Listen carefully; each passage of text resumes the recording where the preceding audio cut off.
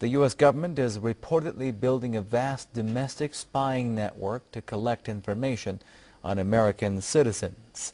A Washington Post investigation shows that the government is using the FBI, military criminal investigators, state homeland security offices, and local police to collect intelligence.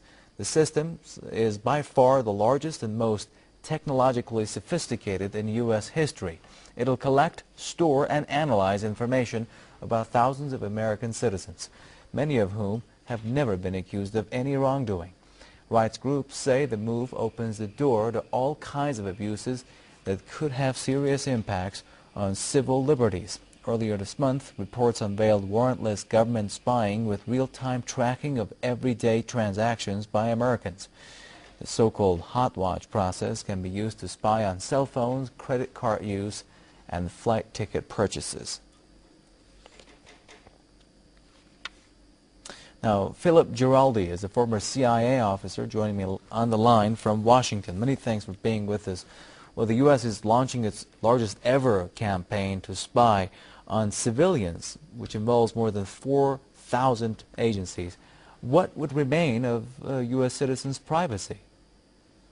Well, very little. This has been going on ever since 2001, and some might argue even before that.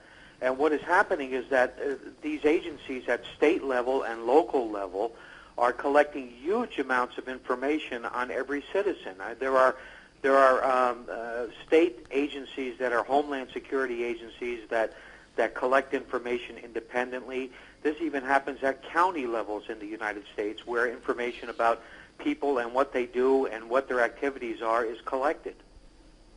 And some experts are saying that this new program would give more room for Israeli intelligence agencies to work in the United States, as intelligence sharing is a major part of this new program. Your thoughts, please, on this post-WikiLeaks world? Well, actually, it's worse than that. It's worse than you're implying. What is happening is that many of these state agencies are actually Israeli companies that are working for the states. This happened recently in Pennsylvania, where it was an Israeli company that was collecting this kind of information on war protesters. And in the state of New Jersey, an Israeli was actually appointed as the Homeland Security Director for the state. So this penetration of American security by Israeli companies and Israeli individuals has been going on for some years. Let me take you back to the Washington Post report once again. It says that the U.S. is importing techniques that have been applied in Iraq and Afghanistan to spy on Americans. Are we going to look at harsh methods, perhaps, being used against Americans? Well, I don't see that yet taking place, but I think the danger here is that you have a right to privacy as a citizen in the United States or as a citizen in any country. And the fact is that the government has no right, when you have done nothing wrong, to be collecting information on you and compiling this information into a dossier. I think this is the real danger, because once you have that kind of information collected, you can do anything you want with it. You can intimidate people. You can say, well, you know, you're in debt because of your credit cards. You're doing this. You know, there are lots of ways the government can use this information to leverage this information to do things to private citizens that should not be done.